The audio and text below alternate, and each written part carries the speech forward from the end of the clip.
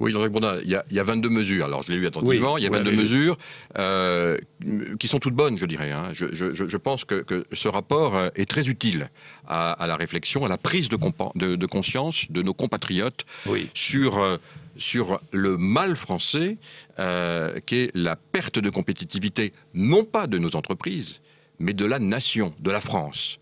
Le drame que nous vivons aujourd'hui, et j'emploie le mot haïtien, le drame, c'est que la France a perdu sa compétitivité sous le poids de ses charges et de ses impôts. Nous dépensons aujourd'hui 56,2% de la richesse créée pour financer la sphère publique. On est les champions du monde avec le Danemark. Et bien entendu, qui doit financer cela? Nous, les agents économiques, les acteurs économiques, nos compatriotes, les contribuables, les entreprises.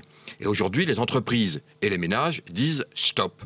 Nous ne pouvons plus aujourd'hui être compétitifs avec un tel poids sur nos épaules. Donc qu'est-ce que dit le rapport Gallois à travers les lignes? Eh bien, il dit cela.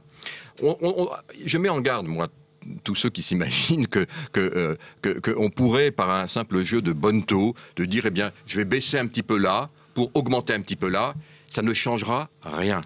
Le vrai sujet, c'est qu'il faut aujourd'hui baisser la dépense publique. Il y a plus de 10 points d'écart entre la dépense publique en Allemagne, qui est à 45,3%, et la dépense publique en France, qui est à 56,2%. Donc vous dites que le coût du travail, c'est pas le sujet. Le sujet, c'est la dépense publique. Mais la dépense publique se reporte sur le coût du travail. Oui. Il faut bien la financer, cette dépense publique. Alors, et donc on la met sur les charges. Publique, pour expliquer aux la dépense auditeurs, publique, aux téléspectateurs. c'est bien entendu notre vivre ensemble, c'est bien entendu le poids des collectivités locales, c'est bien entendu toutes les dépenses qui sont des dépenses d'ordre social. C'est ce qui fait aujourd'hui le fameux modèle français. Et c'est évidemment... Il faut attaquer ce modèle. Vous le disiez tout à l'heure, mais encore une fois, il faut le faire en douceur. Il ne s'agit pas, encore une fois, d'ostraciser les uns et les autres, mais il faut en faire un vrai projet. Et moi, ce que je lis à travers les lignes du rapport Gallois, et je pense que c'est un peu cela dont le gouvernement va se saisir, car un rapport, c'est important pour un gouvernement, c'est un instrument de travail.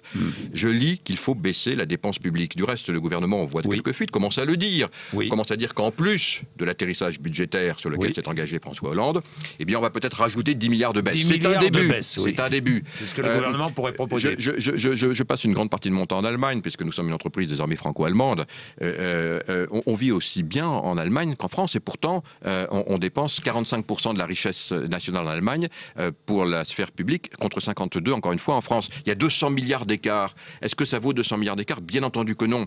Il faut donc s'attaquer à ce problème, faute de quoi on ne réglera pas le problème de la compétitivité des entreprises. On vit aussi bien en Allemagne qu'en France, mais on vit aussi bien, je fais juste une petite parenthèse, en Allemagne qu'en France, parce qu'en Allemagne, les loyers, par exemple, sont beaucoup moins chers qu'en France. Se loger en Allemagne, ça coûte beaucoup moins cher qu'en France. Hein. Bien sûr. On est à 1200, 1300 euros le mètre carré. Vous voyez donc bien que c'est un tout. On ne peut pas faire ça d'un coup de baguette magique. C'est pour cela que moi, je pense effectivement qu'il faut maintenant inscrire une trajectoire. Ce n'est pas un choc de compétitivité en 1 an ou en 2 ans qui vont régler le problème. C'est un choc de prise de conscience